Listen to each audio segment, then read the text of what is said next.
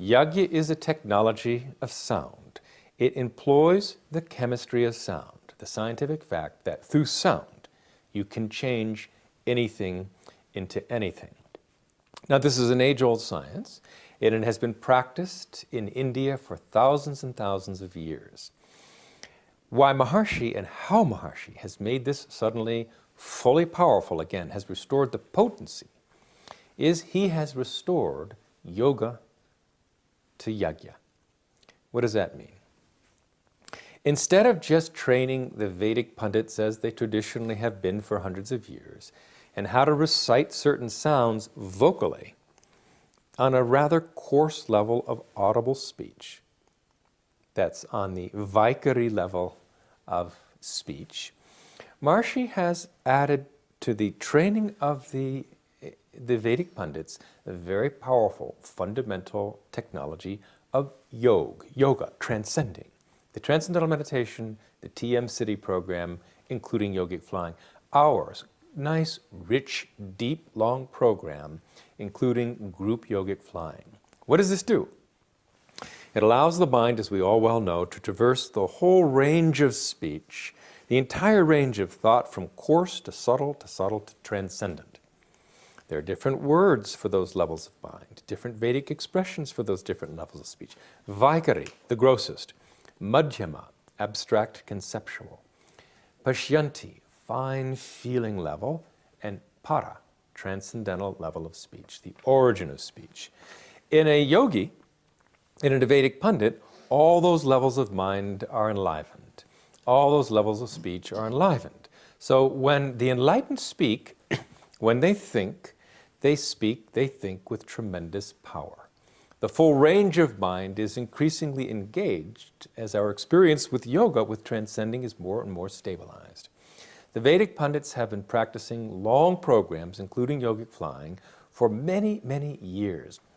And when they speak, and you can even hear this, when they recite the Vedic mantras, when they recite specific sounds for specific effects, it's not on a coarse, tired, gross level of speech. Yes, the speech is engaged, you can hear the recitation, but the different subtler, more powerful levels of mind are also engaged. So the full range of the power of the mind, full range of human intelligence, even from its absolute level, is engaged in a performance of Maharishi Yagya. That's the critical difference. Years and years of training in Yagya and Yoga. Maharishi has restored Yoga to Yagya, has restored full power to Yagya. So what is a Yagya again? A Maharishi Yagya is the precise selection of the Vedic mantras, a precise selection of sounds from the Vedic literature. And it is the application of those specific sounds and recitation of those specific sounds to achieve a desired effect through what we call the chemistry of sound. What's different about a Maharishi Yagya, again, is not necessarily the prescription for the sounds. That is an ancient and inviolable tradition.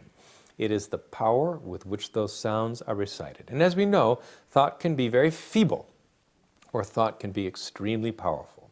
When the scriptures say, with a mustard seed of faith you can move mountains, that is not meant to be a poetic thing. It is a direct expression of the reality of thought at the para and pashyanti level to really fulfill the desire of thought very, very quickly. And as meditators, we have experience of that increasing power of thought and increasing support of nature in life. So it's an incredible thing that Maharishi has done in reviving, you could say, restoring yoga to yagya, reviving the power of yagya. But this basically is how a yagya works. It is how a yagya has always worked. And it helps us to understand, I think, a little better the extraordinary power of yagya that you were very familiar with, in having shepherded that program and worked with thousands of people over years in Jyotish and Maharishi Yagya, in utilizing the Vedic technology of prevention to achieve tremendous things for the promotion of good fortune. And this gives a foundation to understand how the Yagya program really works. I've got an experience to share from a friend of mine. He was in Chicago in a hospital, had severe colitis, was actually scheduled to have his colectomy in just a couple days when it was suggested to him to have a Maharishi Yagya performance. So they postponed the surgery. He had the Yagya performance done within a couple days it started. And on the day that the Yagya started in India, his internal bleeding stopped. And he was able to take food within another day.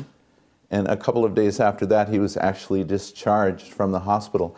Not that his colitis was completely resolved, but that somehow that negative trend in time was turned around and became positive.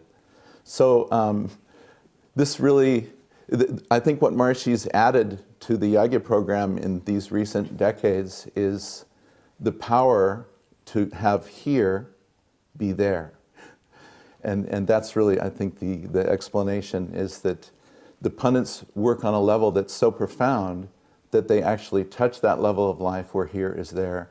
And that is how they could be performing a Yagya in India and have a result that was experienced in a hospital bed in Chicago. That's very interesting, and it's a point I didn't really make, that the power level of speech from where the Vedic pundits recite is not only vastly more powerful than tired, gross speech, but being at the level of para, being at the level of the unified field, being everywhere simultaneously, that is an unbounded level of experience, an unbounded level of reality, that will allow us to explain how the effects of the Yagya can be wherever they're desired to be, even from thousands of miles away. It's a very, very beautiful point. And the Maharishi Vedic pundits are trained extensively from age 8 or 10 all the way up through their 20s and even beyond. Their training includes TM and TM City program, as you mentioned, which they practice collectively together.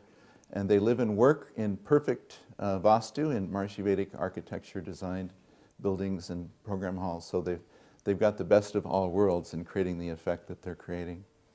Well, it's absolutely true, and it's certainly well known all over India that Maharishi's Vedic pundits are the best trained. They receive a far more extensive training, extending to the very precise nuances of pronunciation.